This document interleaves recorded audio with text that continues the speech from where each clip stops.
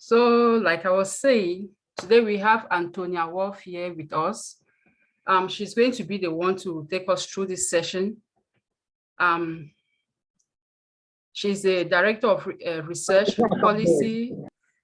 Policy and Advocacy at Education International, the Global Federation of Teacher Unions.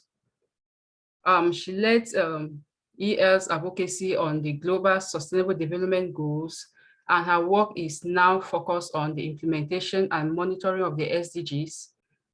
Prior to joining EL, Antonia managed a project on the democratic education in Finland. She has a background in the student movement and is a former chair of the Council of European Advisory Council for Youth. She has a master's in sociology from the University of Helsinki. So Antonia, welcome. Thank you for joining us.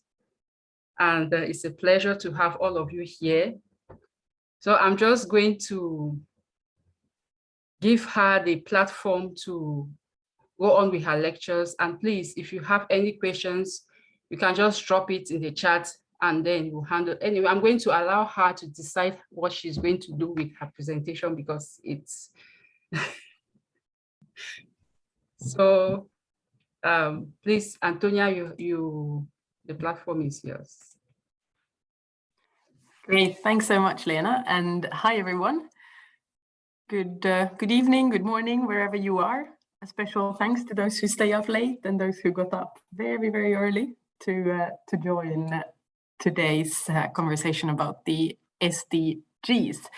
And as Lena mentioned, there was going to be a co-presenter with me. And in my mind, he was going to carry the bigger piece around environmental justice, while I was going to focus on the SDGs. And as I don't think I can do the environmental justice piece justice, I am going to focus on the SDGs and the SDGs as an education agenda as well. So I hope that's okay with all of you. I have prepared a presentation that I'm hoping will make it easier for you to follow, to stay focused. I'm thinking that I'll talk for about 30 minutes maximum. And after that, we would have a longer kind of questions and answers, comments, discussion. But of course, if there's anything while I'm speaking that you feel absolutely confused by and will make it impossible for you to focus on whatever I say next, do feel free to interrupt. I will not be offended. So I'm going to see if I can share my screen. So many tabs and things open here that it's a bit of a mess. So now you should be able to see a slide with a picture of a school and some students outside it. Do you see that? Yes, it's pulled up on the screen. Thanks, Sebastian. I'm going to start by moving us back in time about a decade or so back in time.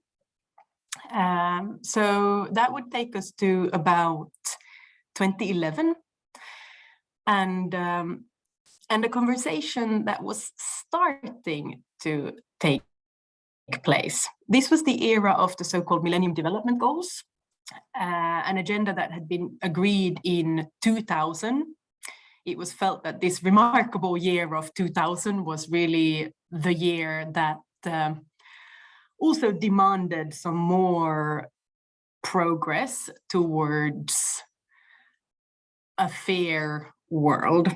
So the Millennium Development Goals were all about making poverty history. Some of you may remember that slogan from that time as well. And it was very focused on the social side of development. So it was about getting all children into primary school. It was about health. And In 2011, it started to be pretty clear to the world that we were not going to meet those Millennium Development Goals.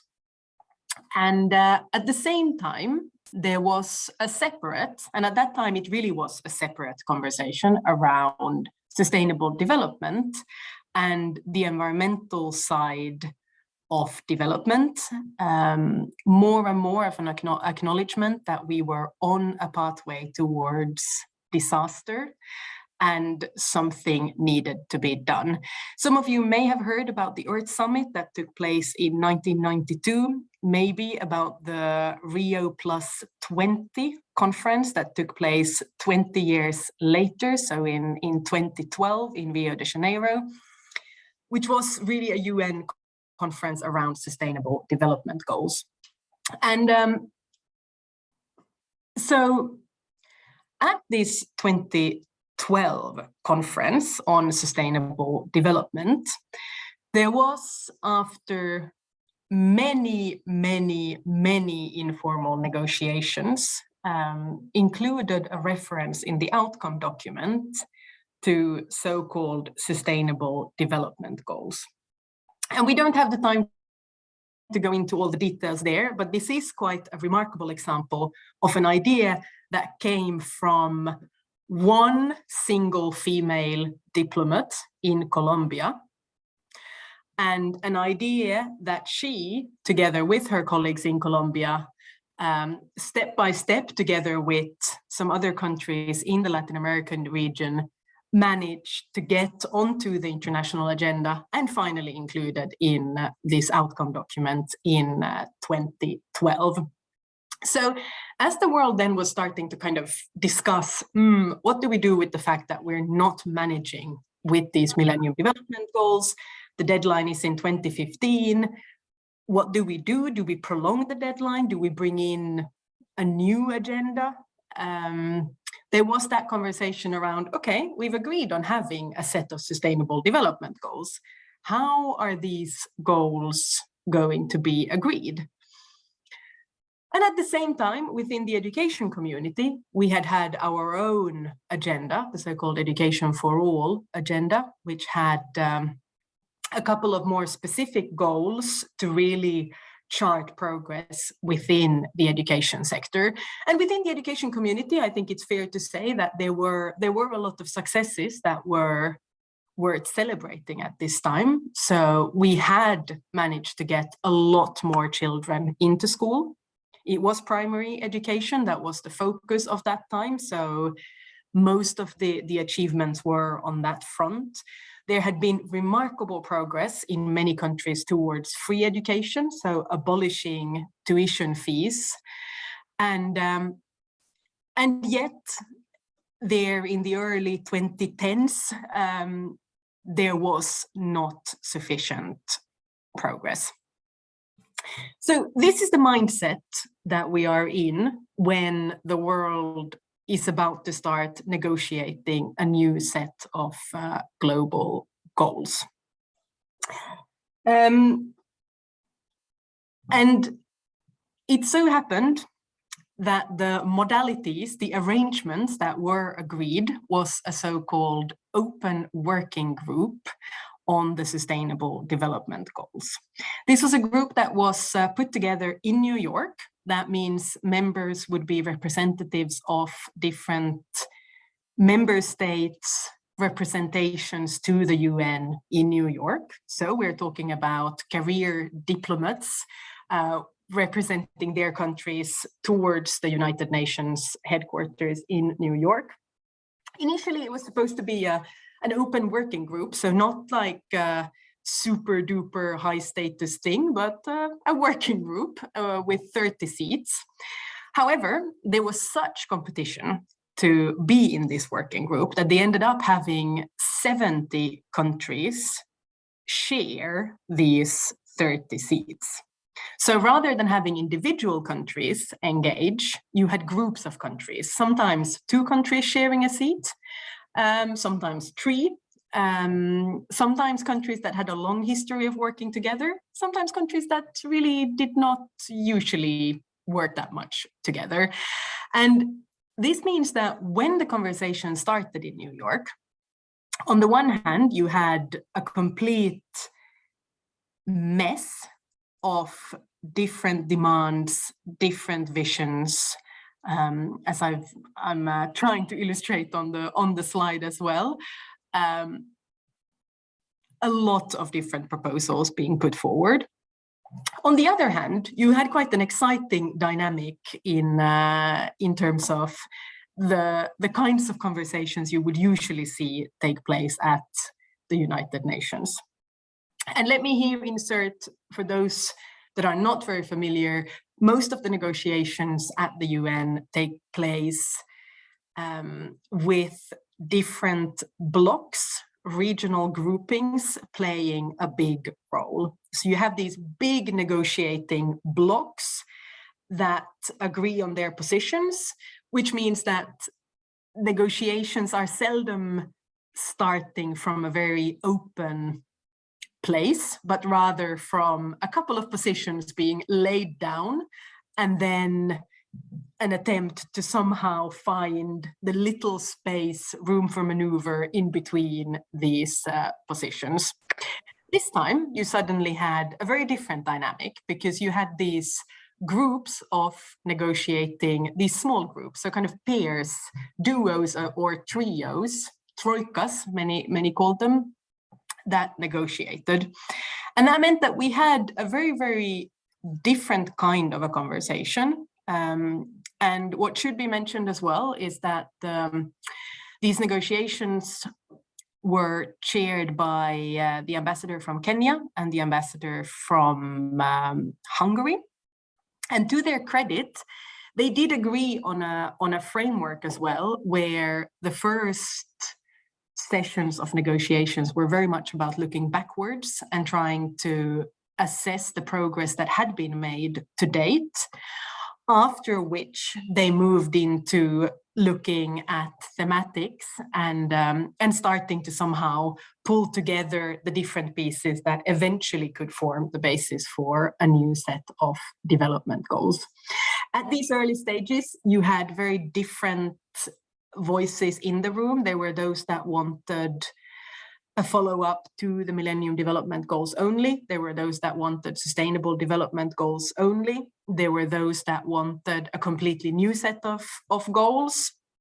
So multiple, in a way, areas of contestation as well, in terms of how member states made sense of the whole process and the political purpose of these negotiations as well.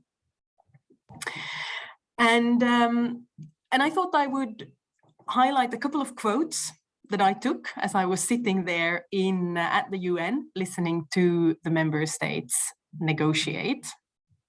And some of these quotes are great because they really show that there were moments for genuine discussion in a way.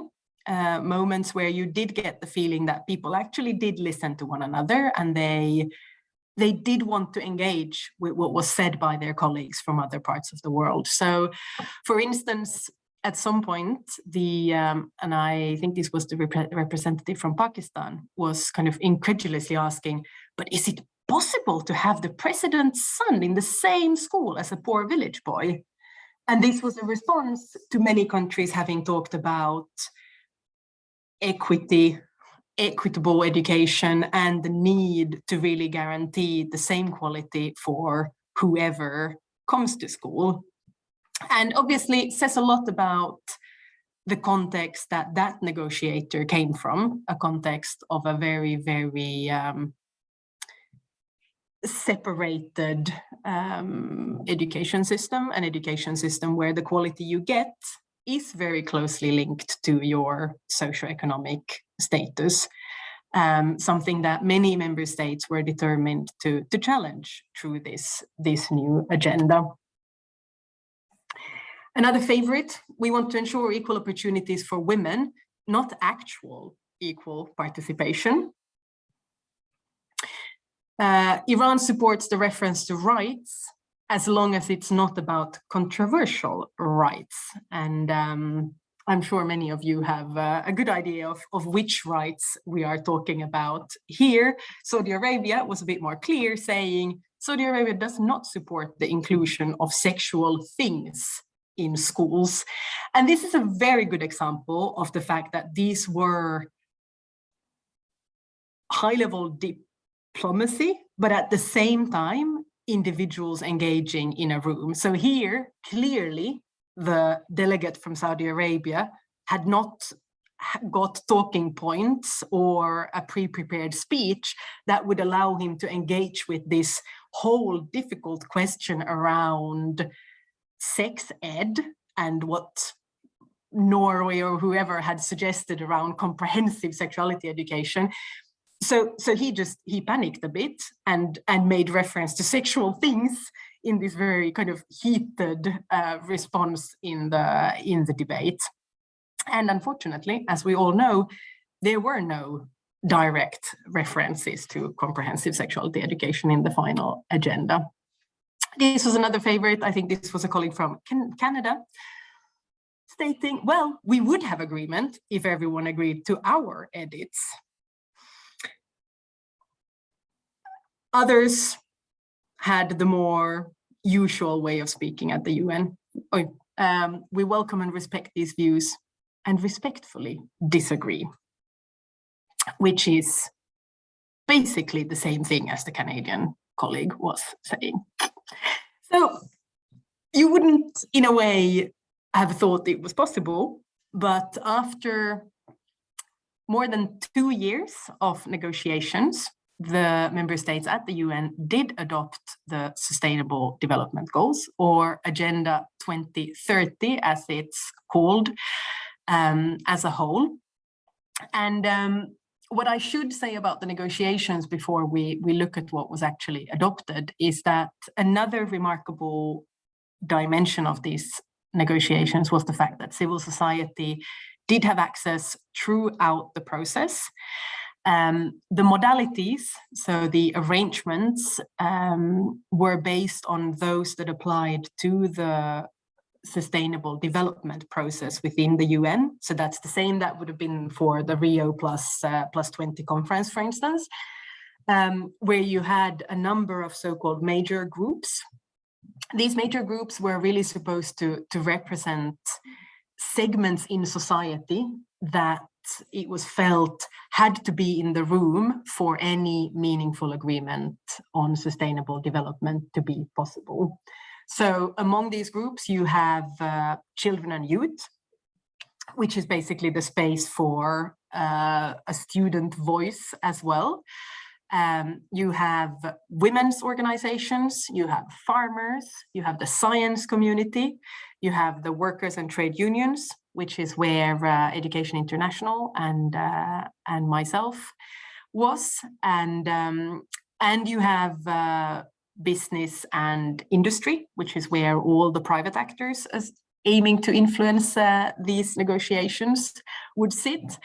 And that means that all of these voices were part of the negotiations. We had a right to speak in every session, which meant that we could give direct feedback to the proposal that was on the table, push back, demand more, and importantly, we were also in the room, which meant that we could take very, very careful notes of what was said.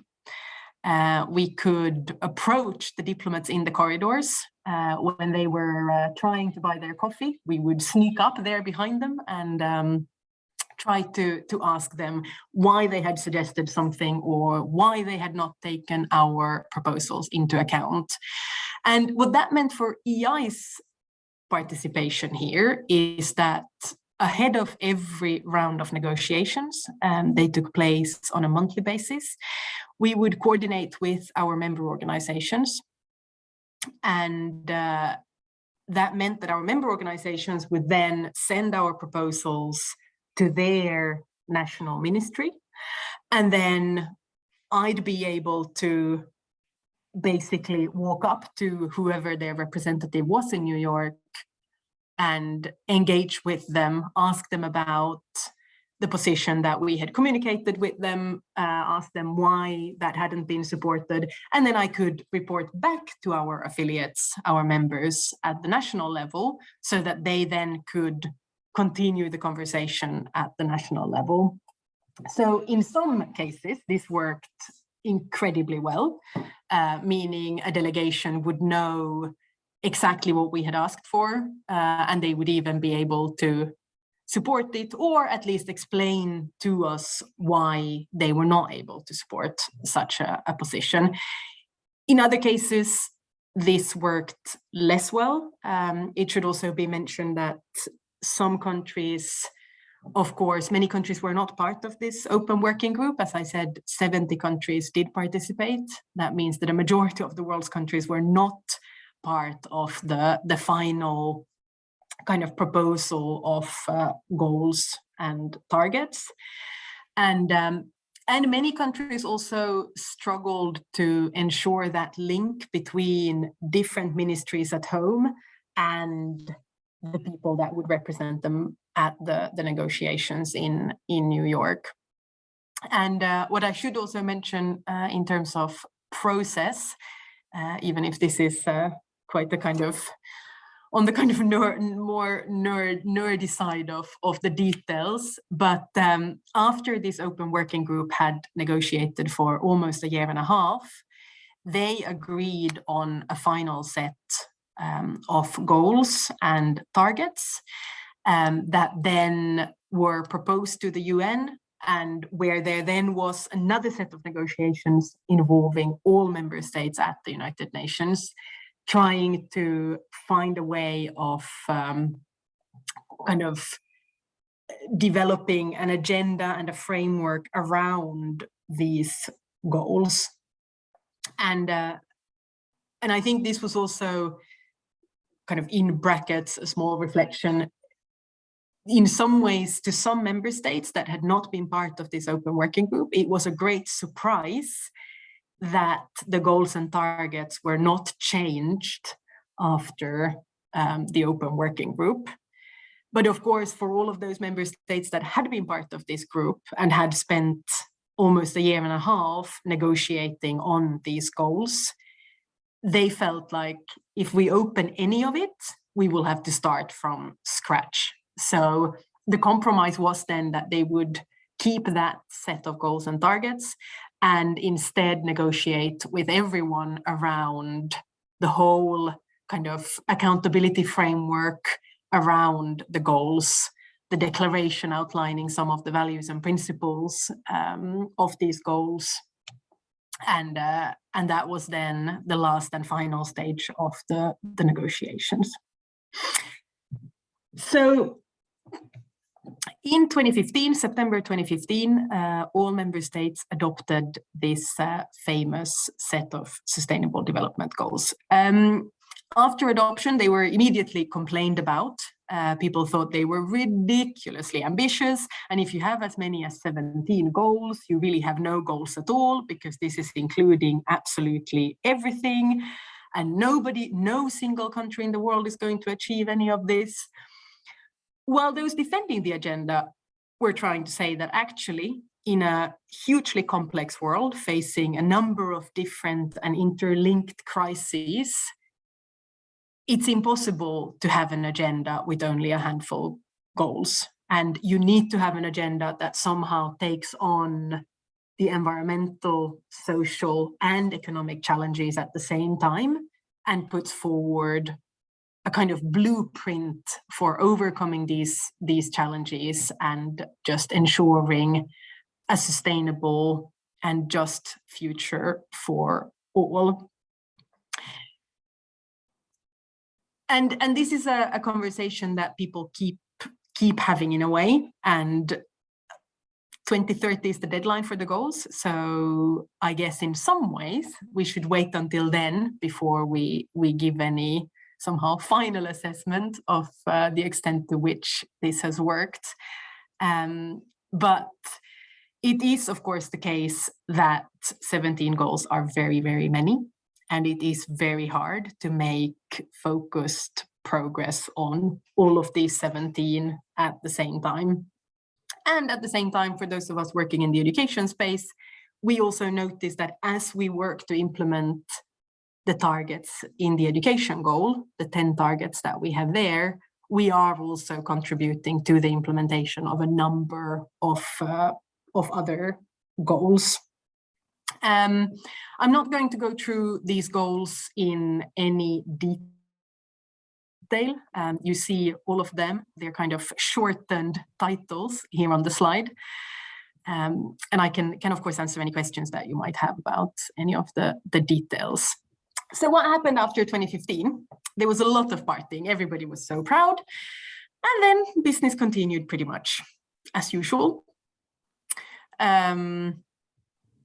Later that same year, the Paris Agreement was adopted.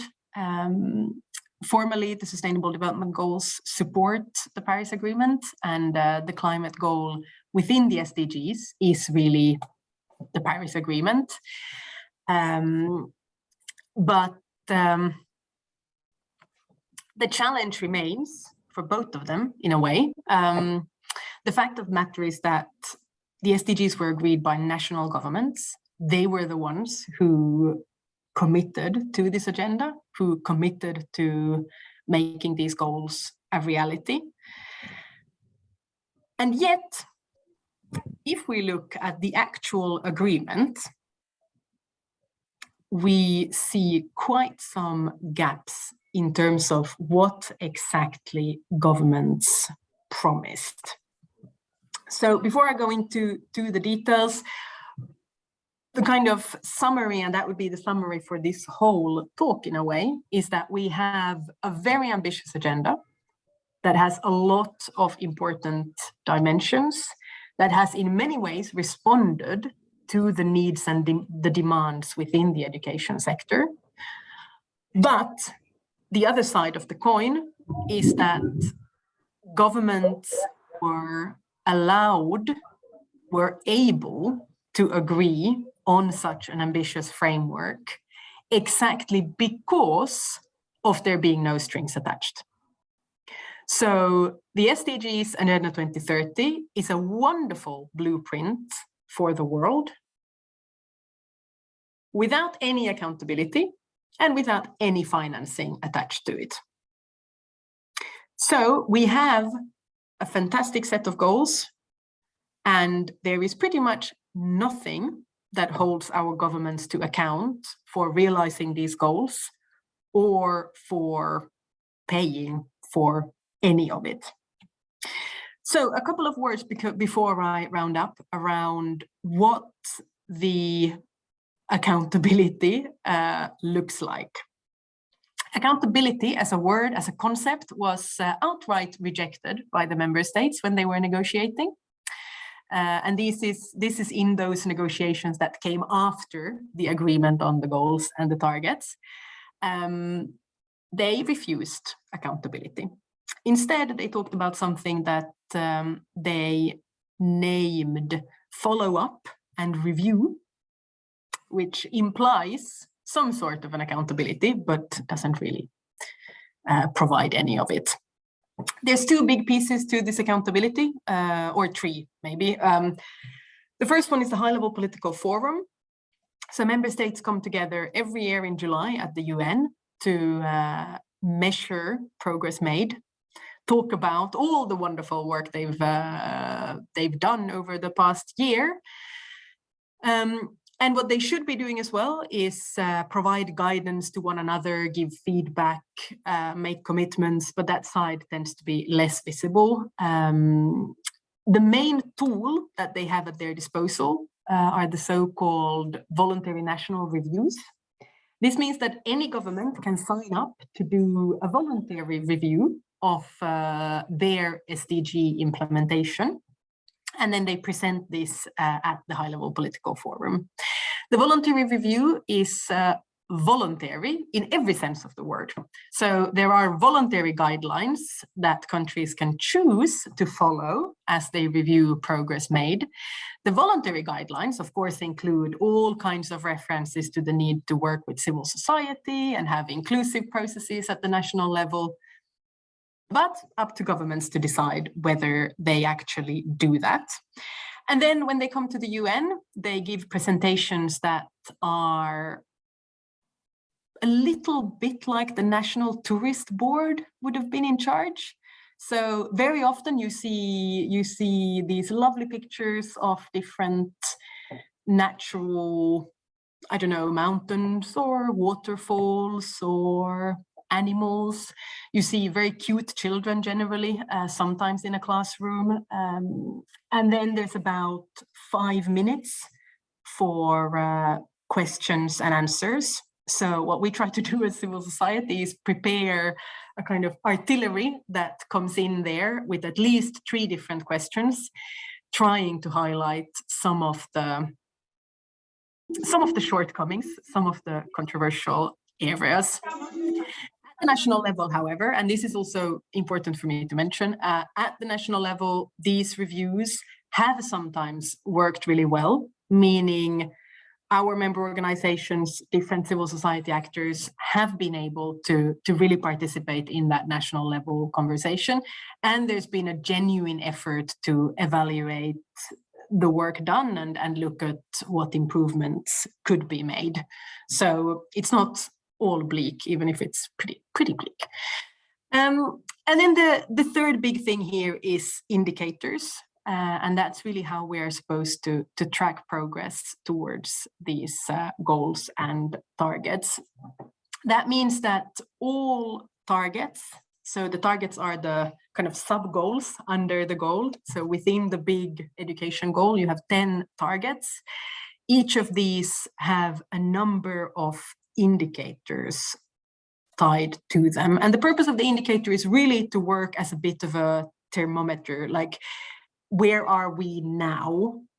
It's supposed to be able to give us that data regularly. We have 4 different levels of indicators, just to make it complex enough. The first and the main level is really the global level. So each target has a global indicator, which is the same for all member states in the world, and is supposed to be monitored so that there is globally comparable data on where we are at as a world. The difficulty here is, of course, that if you try to work out one indicator for a target, you almost automatically end up missing something from that target. So, for instance, in SDG 4, the education goal, the first target is about primary and secondary school completion. It's about primary and secondary being free, and it's about it leading to relevant and effective learning outcomes. So that means that if you're working out a global indicator here, you're basically forced to choose. Do you go for the completion rate? And is that then for primary and secondary or both? Do you go for the out of school population? Do you go for free education, which would have been one of the main victories from our point of view? Or do you go for the learning outcomes? And if you go for the learning outcomes, which learning outcomes are you measuring? What would be relevant in all contexts across the globe? And how do you measure learning outcomes in a way that makes sense across countries and contexts? As some of you may have suspected, it was, of course, the learning outcomes that ended up being the global indicator here, because that's where the money is, that's where some of the big private sector interests are. And that means that the global indicator here, rather than looking at the number of people accessing free education, is looking at literacy and numeracy learning outcomes. The process piece here, now that you're all wondering, how could that happen, is that the indicators were not negotiated amongst member states. which makes sense. Nobody wanted to go through that whole painful negotiation process again, just when they had completed. But it meant that an expert group was put together with statisticians rather than people like us. And even if we worked very hard to influence that process, we did not win the battle about the indicators. So some of the global SDG 4 indicators are narrow in a way that dramatically narrows the whole education agenda and actually reduces its transformative potential. Again, those who are determined to think positively, they here would say that, but there are 3 other levels of indicators. And that is, of course, true. You have thematic indicators. That means the education sector at the global level agreed on about 40 indicators exactly to be able to reflect the whole kind of breadth and depth of this agenda. There are regional indicators, not agreed by all regions, but agreed often in the context of regional organizations and political processes. And then finally, there is the option, the recommendation for member states to have national indicators. If they have them, it's all up to them how they develop them and how they go about it all. And I am really running out of time. So the last couple of words, it wasn't only a lack of accountability or an absence of accountability, it was also a lack of financing commitments. So what we've seen since the SDGs were adopted is that there is very, very little money that would have been given to the SDGs or allocated to the SDGs as a whole. Money has basically continued to follow donor priorities, private sector priorities. They've just often got a new wrapping. So they've been wrapped in some SDG references, but we have not seen a fundamental shift in terms of how money would be distributed or how investments would have been made. And because of the agenda being formulated the way it is, it doesn't really give us any good process for addressing this. And here I also want to mention the fact that when the SDGs were agreed, it was agreed that national governments, or it was agreed in the name of national governments. However, if we look at Agenda 2030 and how that one is talking about the different actors involved, it has a curious way of framing governments as one of many actors. So the whole implementation of the SDGs is supposed to be done through this kind of global partnership, everybody coming together, everybody working together for the greater good. And that means governments as well as private sector, civil society, philanthropy.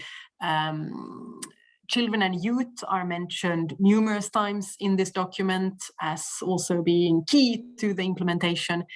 But there is never a distinction made between the role, the obligations of member states to fund education and thereby, as the duty bearer, deliver on their obligation in relation to the right to education, and kind of limit the role that the private sector can and should play in relation to education.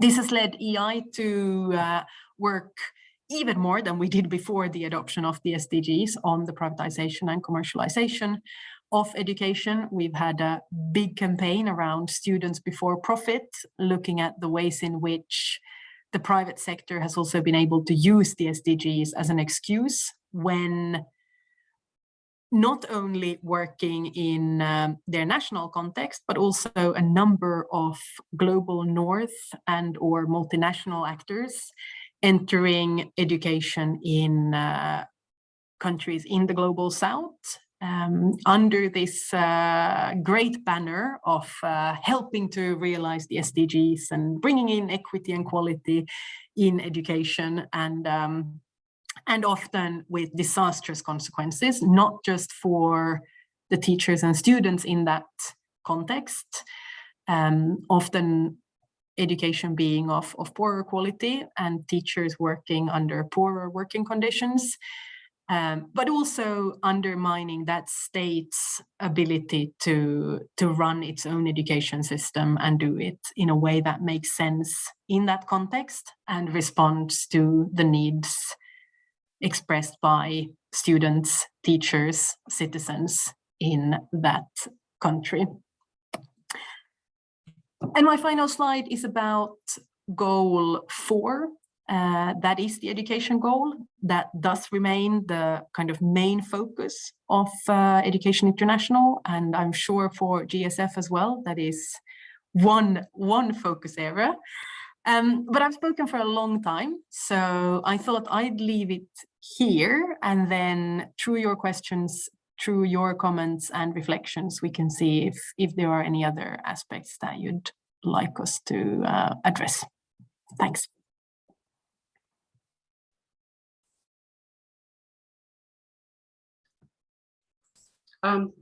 Hello, can you hear me? Okay, thank you, Antonia, for this insightful explanation of the SDGs and the background also. Like, I'm learning some things for the first time with regards to the background. And thank you very much. We've all learned today, and I want to open up the floor to the participants who give in their contributions, questions.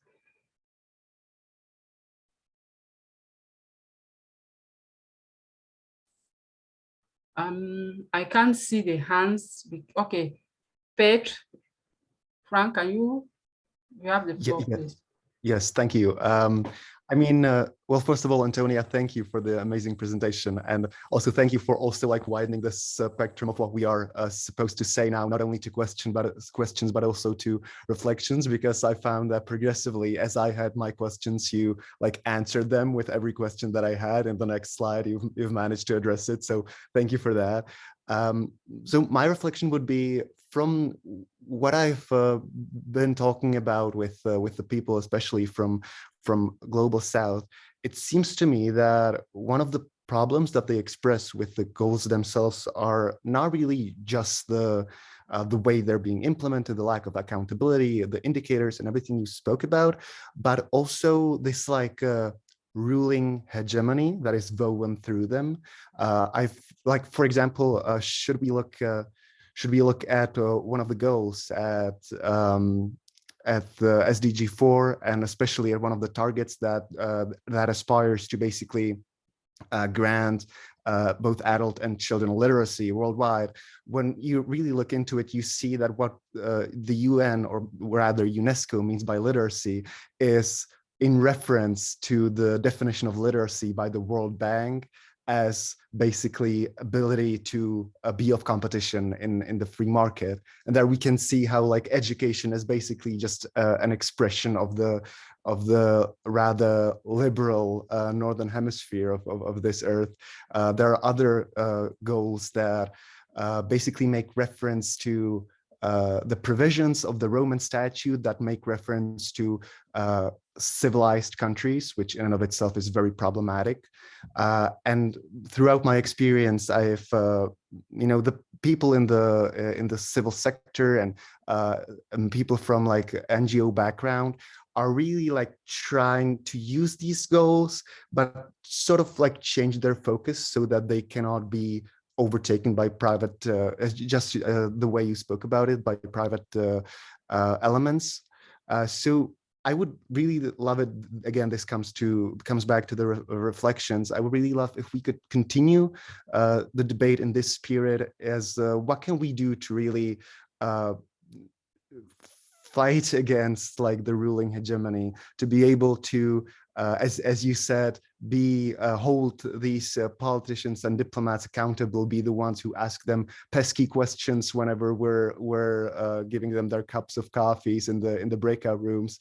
What can we do to really fight this way they are being misused, these goals, and the way they're sort of just in the shackles of the ruling Western world.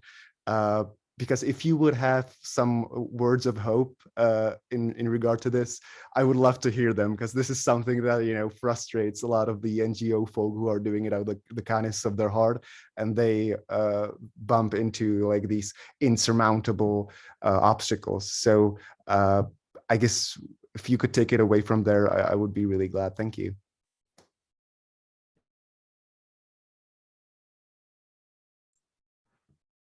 Are there other? I can't see any other person raising their hand. Okay, Bismarck.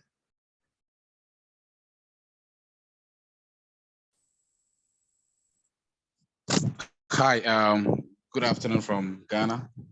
Antonia, glad to meet you, and thank you for painting such I don't know how to whether to call it a pictorial view. I sort of saw it as a video, how your narration were going.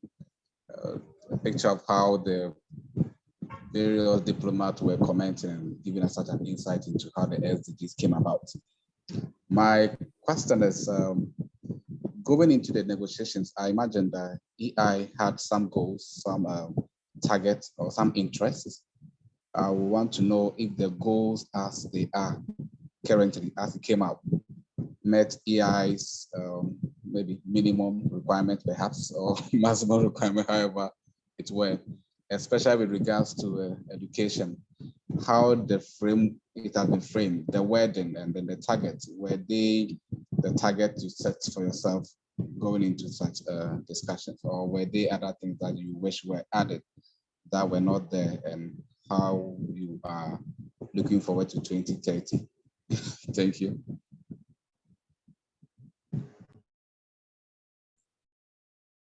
Antonia, will you want me to look for other hands, or you would like to comment on the two participants first? Okay. Yeah, thanks, Lena. I'll do my best. So on the first one, Peter, I don't know how much hope I can bring, in the sense that I think part of the current system that we're in means that you will always have a number of different actors formally acting under the umbrella of doing good, interpreting it in their own ways and in ways that will help them achieve their goals. And this is a reality that we in some ways need to just deal with. And I think by accepting that that is part of the reality we are living in, we can address it in more targeted ways than we can if ignoring that somehow part of the current system. And I think there's a lot has been written, a lot has been said in recent years about the UN itself and the kind of corporate capture you have of the UN and different global processes. At the end of the day, what we need to remind ourselves on, and what we need to stay focused on, is the fact that member states are not delivering on their commitments, and in particular not on the kind of financing side of the commitments. So if you make a commitment to, say, the right to education, part of that commitment is to ensuring that quality education is funded, publicly funded, in your country, so that each child, regardless of background, can access a quality education. And when states fail to deliver on that commitment, when they fail to put the money on the table, we will always have a number of other actors that emerge to somehow benefit from that vacuum. And the education market that we've seen in recent years is huge, and it's growing. Currently, particularly on the kind of edtech side, and the whole access to both devices and internet that also COVID has meant or has made so much more important, because it has been a precondition for accessing education for parts, or maybe even the whole of the past two years. And if trying to look at the hope, I do think that the hope lies in our ability to organize and get our act together. And that means that GSF is part of the hope. And the fact that we're having this conversation here today, I mean, I'm keen on giving you the history, because I don't want any diplomat or civil servant or politician to ever be able to dupe you and make you think that there is this amazing accountability framework with all these indicators and blah, blah, blah, blah. So knowing what was agreed means that we have a stronger artillery as we engage in our advocacy moving forward. And I do think we've had some really important victories as well in terms of how certain private actors have had their access curtailed. And maybe one of the examples I'd mention is the Bridge Academies, a global corporation that is specialized in what they would call low-fee private schools, suggesting that their low fees are so low that they don't matter. These are fee-charging, profit-making schools.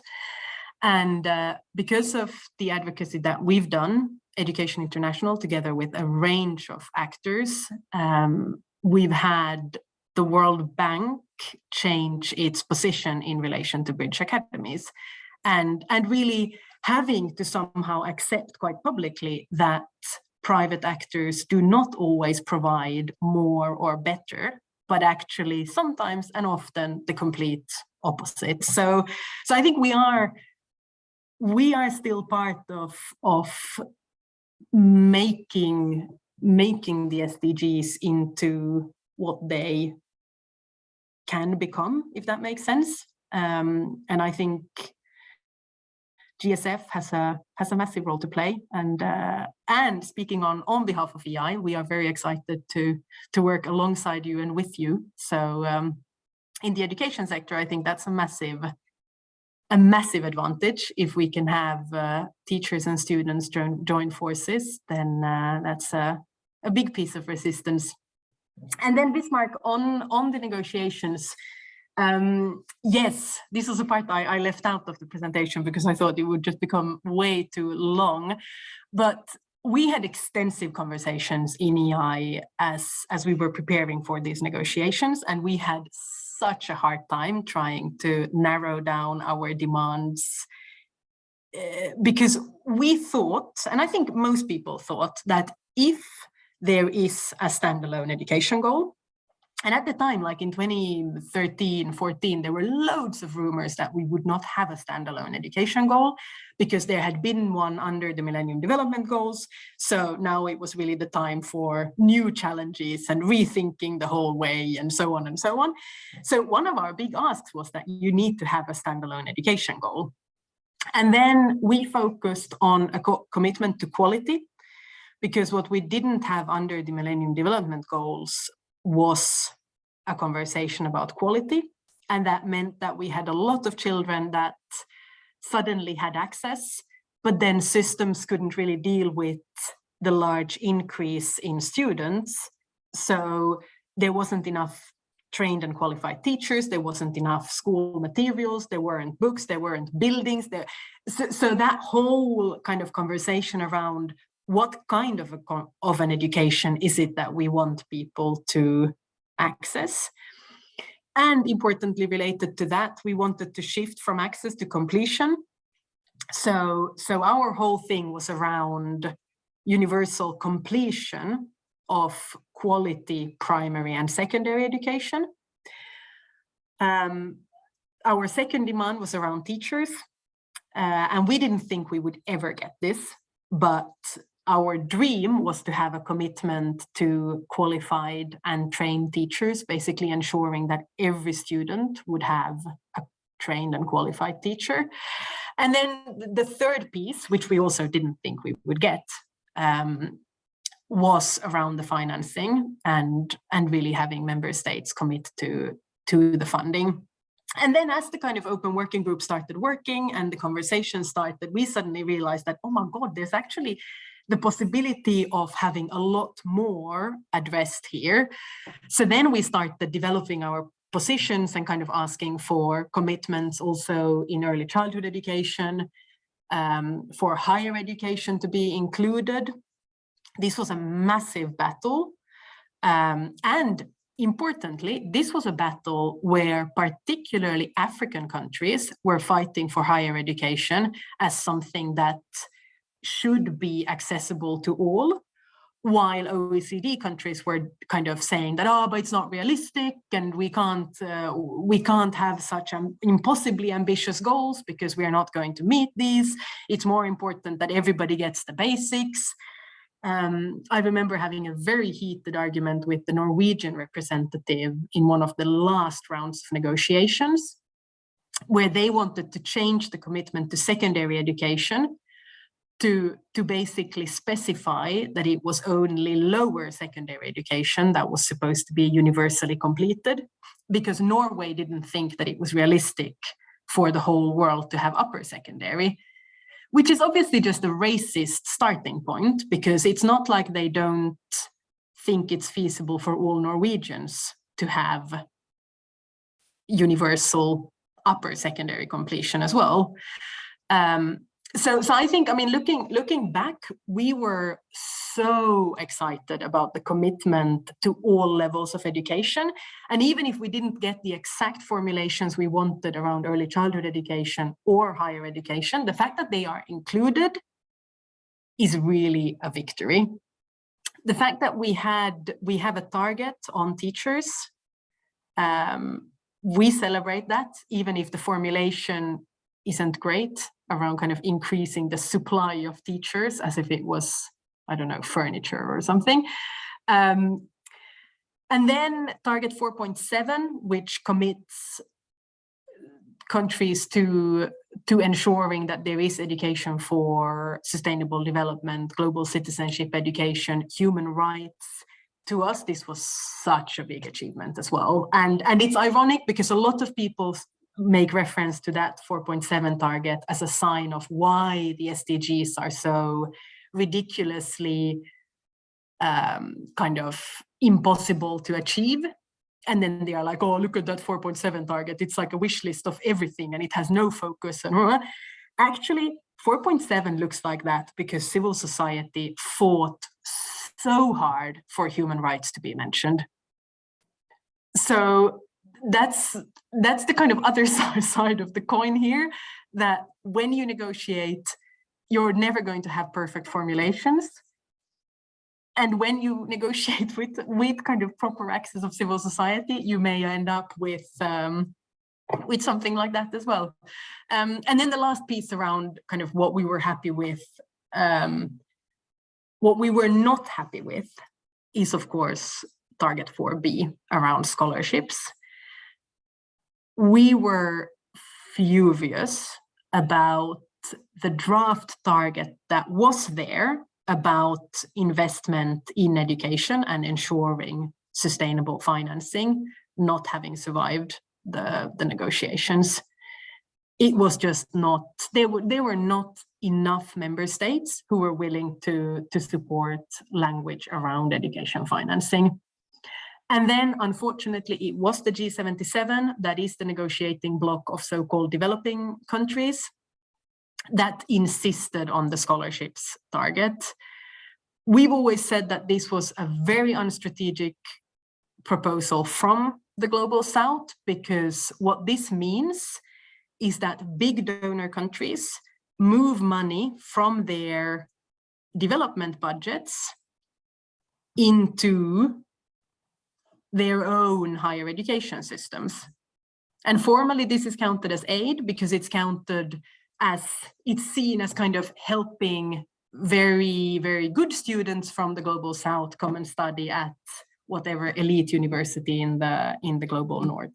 So it's a very effective way of allowing for rich countries to just be sneaky with their money and preventing countries in the global south from building really sustainable higher education systems.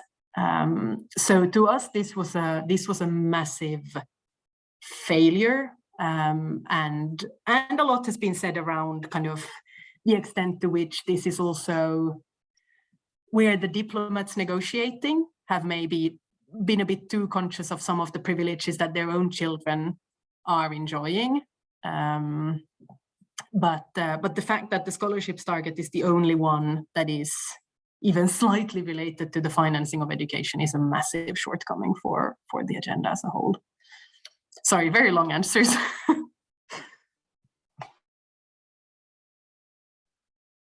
Thank you so much. Bismarck, your hand is still up. Is it a new hand or? Yes, it's a new hand.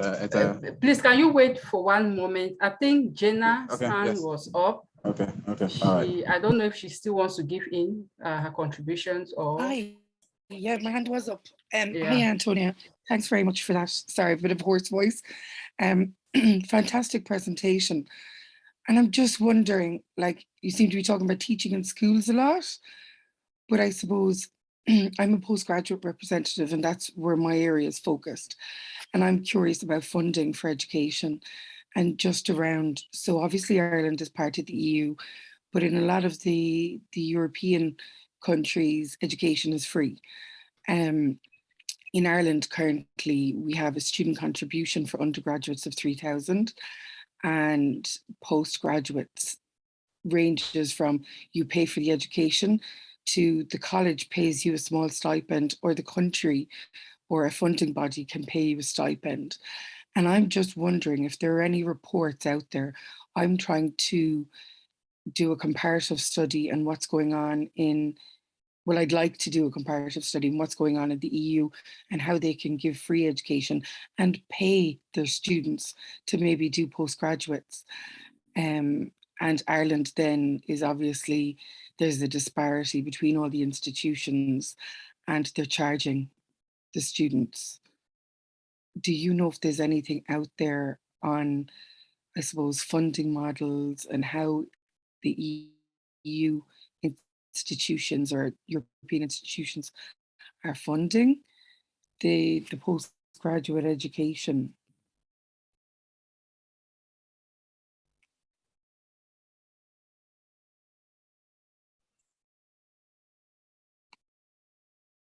Jenna, are you still with us? Pardon? Hello? I think she's asked a question. Oh, I thought she went off. No, I asked the question. Okay, can you hear me? Okay. Antonia, can we take the second? Okay, Bismarck, please. Yeah, my question, and Antonia, thank you for that excellent answer to my question. I think I got what I want, but it's kind of tricked my mind a bit. Is it your argument that the 4B opened up education for profit? And then is it also your argument that education, of course, should be publicly funded in the event where countries, for instance, especially developing countries, are not able to? What type of arrangement was made during the SDGs to support countries that are unable to support education? Is there some kind of funding arrangements that were made during the SDG formulation to support such countries? Of course, if there were not, then countries are left to shed their responsibilities to private organizations to do what you rightly said, lease pay or whatever kind of school they do. Did the SDG also, my last point, did the SDG envisage pandemics, and especially like the COVID-19 pandemic? Did the SDG envisage pandemic and then the effect it will have on education, especially? During the pandemic, we hear a lot of, one of the papers I read government redirected education budgets to health. And that was very massive, had a very bad impact on education, especially in the country where I am from, Ghana. Did the SDG envisage pandemics, and were there any kind of arrangements made? Thank you.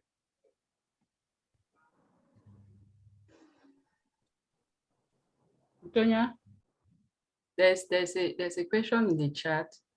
Do you want me to read, or? Okay, it's from Samuel. So he says, thank you for taking the time to share this very important insight. Can you also speak about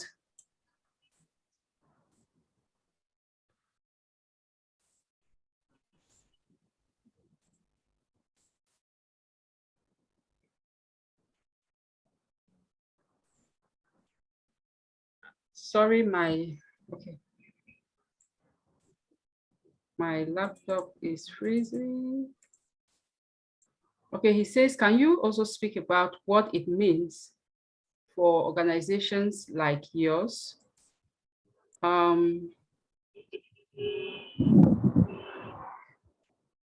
My laptop is freezing, so I'm struggling. So Samuel, please, can you just read your question out so that Samuel? Yes. Please. Yes, thank you. Hello, Antonia. I was trying to first thank you for taking the time to join us here to share these very important insights with all of us. I think that just like Lena had indicated, I'm learning quite a lot of new things as well. So I was asking whether you could speak about what it means for organizations like yours and say student unions to ensure that we are actually able to make the required needed especially health. I think that one thing that I observed was that out of the COVID-19 pandemic, I was quite enthused about some of the quick and immediate actions that were taken by government and education stakeholders to protect the education of millions of children. And even in places where it was impossible to, as it were, continue with online learning, we had seen that some had even resorted to using TV networks and other things to still try to, teach students at home. But then I think that one thing that is also very clear is that solutions or the solutions to education challenges have to be different, because the challenges in each country or in each context are very different. And I was also asking that how can we ensure that we are able to as a matter of priority, right, contextualize the approaches to the educational challenges that we are facing globally. And I was also trying to indicate that it is troubling that in 2022, right, especially in most countries in the global south, there are still schools under trees, right, especially at a time where we are talking about digitalization of education and all of that, thinking of schools without walls. There are still communities, right, that do not even have access to electricity, not to talk of even computers or other things. So basically, that was the question that I had wanted to ask. Thank you.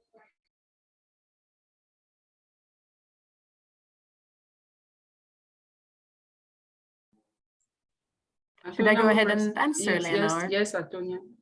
Yeah, okay, great. So around reports and frameworks for how higher education is financed, I need to go back and check with some colleagues. So maybe we can be in touch, Jenna, later, and because it's not something I can answer right now. top of my head. So I'll get back to you on that one.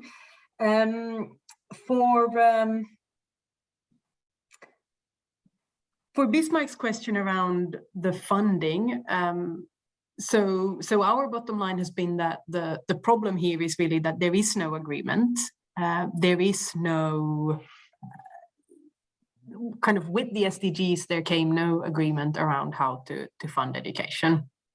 What there is, though, and that is important to mention, is the Global Partnership for Education, which is a structure that is based on what used to be called the Fast Track Initiative under the old Education for All agenda. And that comes from a political commitment that was made at the time that any country, and really here country was supposed to, I guess, refer to so-called developing countries, any country that had the political will to implement the Education for All goals, but lacked funding, should be able to access funding and support. So that's the kind of political background behind the Global Partnership for Education, and that remains the kind of principal global fund for education. This is not the kind of moment or time to look more in depth at the Global Partnership for Education, but maybe something that we can look at doing at a later stage. And for the scholarships,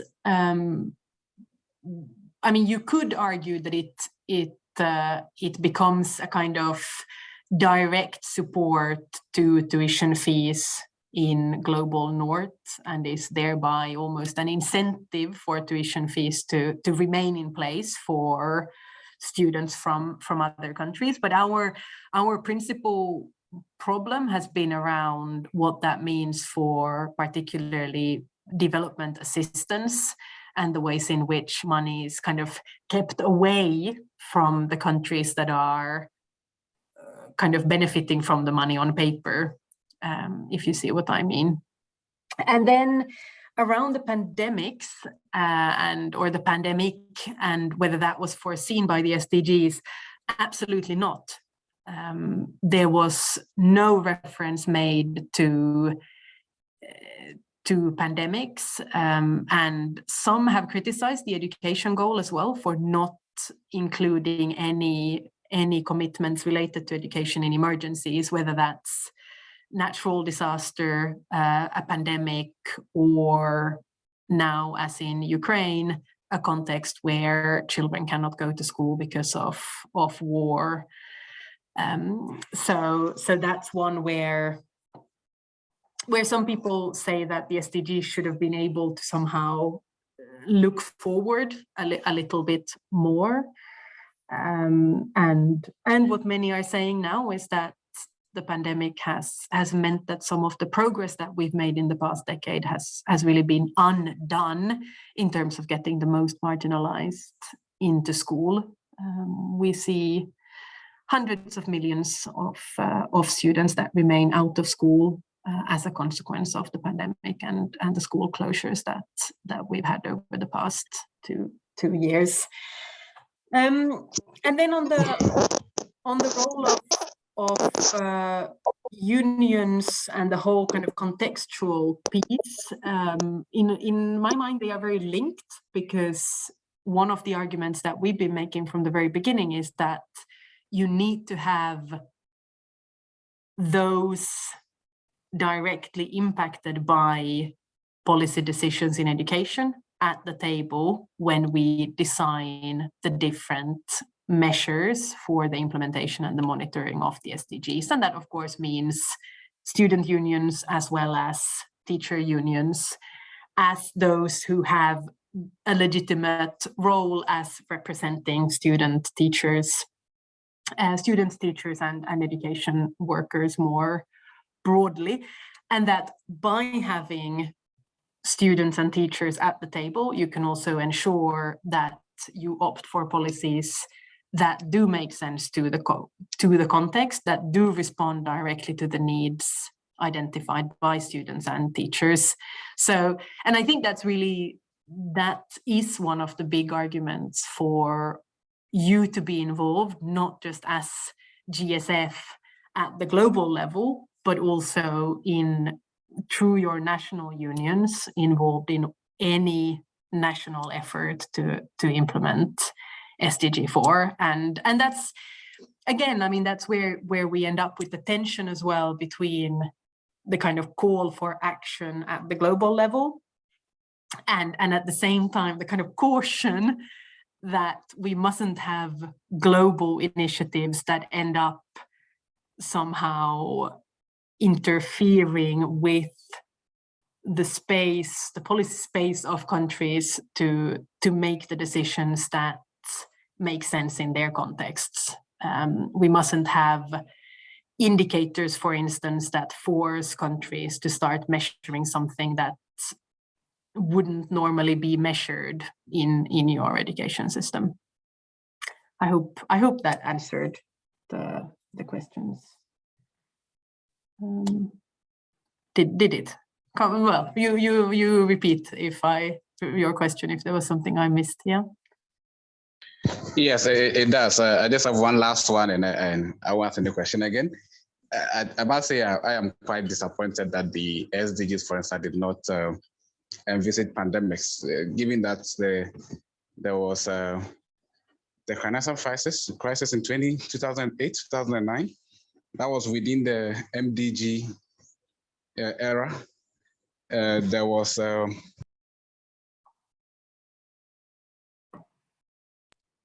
Ebola as well within that same period. Liberia, Guinea, all those other countries, and so I think that the SDG could have, or the decision makers at the time could have envisaged something like a pandemic, which I'm particularly very disappointed about. However, my question is, we know there are some organizations that support privatization of education. In our earlier lectures, reference was made to the World Bank. I think reference was also made to GPE, if I'm not wrong. I know Education International stance is that education should be a publicly funded space.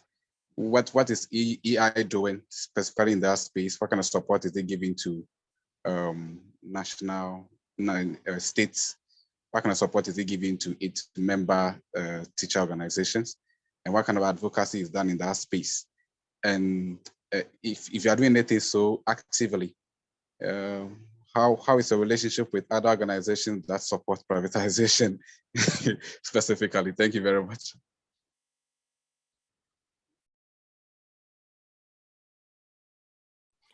Antonia, do you want me to take Stephen? Then you answer the questions. Yeah, we can take two at the same time. Yeah. Okay, Bismarck, is that a new hand or is the old hand? No, that's the old one. I'm done. My question is. Okay, Stephen, you have the floor. Okay, thank you so much. I don't know if I'm audible. Am I audible? Yes, you are, please. Oh, all right. Thank you so much. And thank you so much for that insightful presentation, Antonio. I'm Stephen, and I'm coming from Zambia. I think looking at the SDGs, and if we concentrate more on SDG number 4, and the fact that there was no accountability mechanism put in place to check the progress and how far we are going towards achieving the aspiration, as we are aware, I think we only have about 7 to 6 years before 2030, where we're supposed to achieve these SDGs. And I think that in itself, lack of accountability, and when you look at it from a developing country perspective or point of view, I think that in itself makes it only an academic exercise, because some of our leaders, as long as they're not accountable for anything, then it just becomes part of an agenda that they subscribe to without really being accountable for it. Then it just remains an academic exercise. And then when you look at other aspirations in line with SDG number 4, And when you also look at access to education and also vis-a-vis quality education, I think the argument is that access to education is another thing, but also access to quality education is also another thing. We might achieve the aspiration of saying, yes, access to education, maybe 80% of the population has access to education, but do they have access to quality education? That also becomes another issue, especially especially with the fact that there's no proper accountability towards the SDGs, and then people are in a hurry to at least tick something on the list, saying, okay, we achieved this, we achieved that, without looking at other indicators and other areas that would suffer as a consequence of not factoring everything into perspective. Also, when you look at it, this now is a question.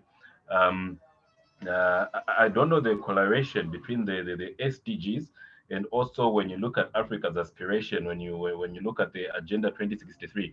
I think this came as a result of seeing from a point of view that when you look at the SDGs, they are more to do with the global level, but when you look at the Agenda 2063, it's streamlined to address the needs and issues of Africa. So I don't know if the SDGs marries into that, or that is also a different undertaking, and how it affects the SDGs going forward vis-a-vis the aspiration that we want to achieve. Looking at it from the point of view that most African countries are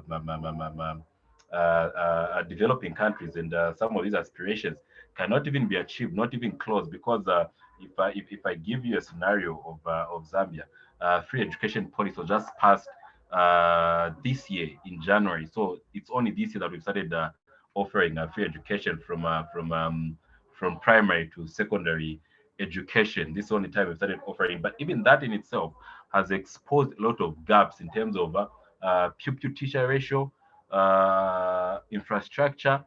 All that has also been exposed, because now there was a point where others could not take their children to school because they didn't have the capacity to take them. But now the government has opened up the space to offer free education, and has exposed that actually we have a deficit of over 60,000 teachers as it is after the implementation of the free education policy. And also when you go down now, when you look at also funding towards education, I think most of our countries are signatory to some of these protocols. And like I've said, lack of accountability towards these protocols makes them just an academic exercise, because most countries are signatories to protocols that say every 20%, not less than 20% of the national budget should be taken to the education sector. But I think only few, if at all, there are even any countries that are accountable to that protocol that they are signatories to. So I think that has created a loophole that exposed us that I think some of these issues, in as much as we are coming up with these protocols, it's also important that we come up with an M&E kind of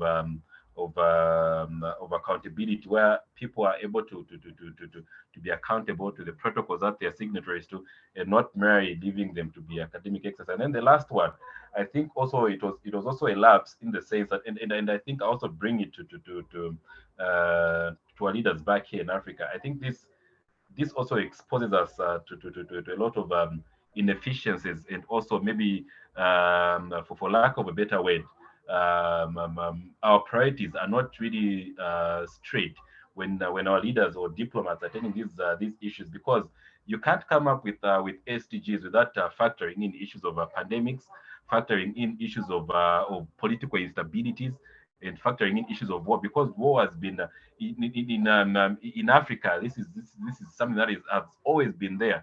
There always be this political instability, and then when you're coming up with these issues, with these protocols or with these agendas, that factoring in those issues, also it shows that there's lack of either political will or political foresight when these documents are being generated. Thank you so much. Thank you, Stephen. Antonia, you have the floor. Yeah, I'll try. It feels like there was a lot in both of these questions. So first on the pandemics, I just went back to kind of check the SDG 3, which is the goal on health, to see if there was any references to pandemics, but it seems that they only referred to epidemics. And in some ways, I think for COVID-19 and its impact in the education sector, I mean, nobody could have, or nobody could have, that's probably not true, but I mean, few would have been able to foresee the kind of impact that the pandemic had on the education sector specifically, and the length of time that many systems ended up being closed. And while I'm not arguing that they're against kind of the necessity to consider different crises and how to deal with them, I do think that we have a challenge in the education sector around the extent to which we now, in the context of the pandemic, and maybe particularly in the context of some sort of a post-pandemic recovery, to what extent do we allow for online learning, remote teaching and learning, access to devices, access to internet, to be the only or the somehow main piece that we look at? And here again, I think there's a question around what that then means in terms of where the education budget ends up going. Is it really the education budget that should be sorting out internet access across countries, across regions? I don't know. I think we have some fundamental challenges in education systems, and again, knowing the different contexts, these are conversations that have to take place at the national level, conversations where the global level is unable to be kind of specific and targeted enough for it to really make any sense at the national level. And now I think I forgot no, yes, private actors. Yes. So as EI, we of course come into contact with a number of different actors, some of whom are more pro privatization, pro the involvement of private actors. And I think EI has been very, very firm in its defense of the public financing of education, its demand for public financing of education, and problematizing continuously the role of private actors and the role at national level, all the different roles they would take in terms of financing, provision, support services, and really arguing against the role of private actors in the different structures that are supposed to help kind of govern SDG 4 implementation at the global level. And I think we've been successful in some ways in blocking some of the some of these actors from having access to certain fora, but of course many of them also pay their way in. And the fact that we have such a weak financing to start with does make the sector as a whole quite vulnerable.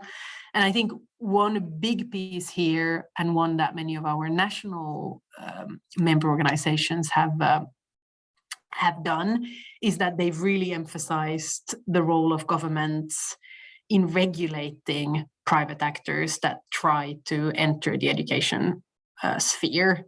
And I think this is really what many of our affiliates, our member organizations have found, that the question of regulation is what at the end of the day gives them the artillery to fight against some of these actors trying to play all these different roles in the education sector.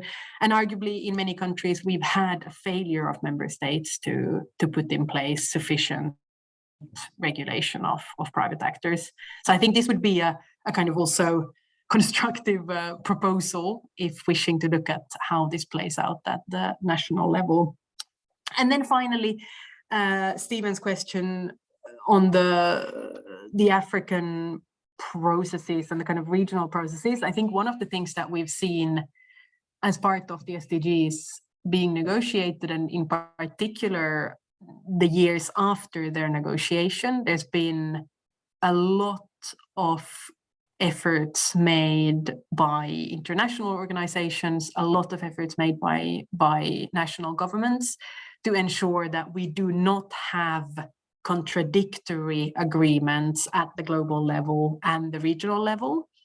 So many regions have made an effort to ensure links and consistency in terms of what global and regional agreement would be committing to in relation to education, and that's my understanding with the African Union led processes as well, that there is that wish for somehow continuity and synergies to be ensured. And I think there was something after that I now have forgotten.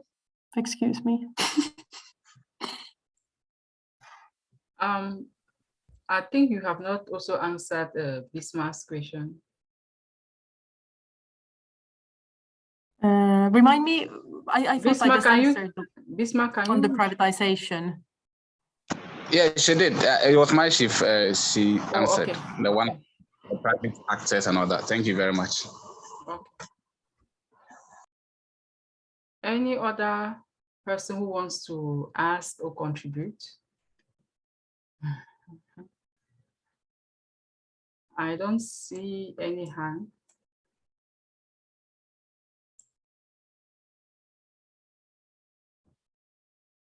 Okay, I think everyone is satisfied with the presentation, the question and answer session.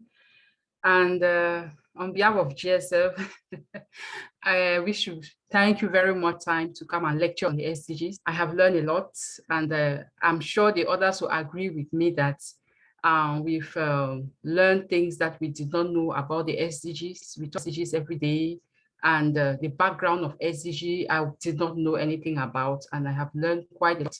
Thank you very much for this lecture. Thank you, my pleasure. And do get in touch with me if you have further questions. I'll be happy to answer over email. Okay, so can you drop your email here so that they can?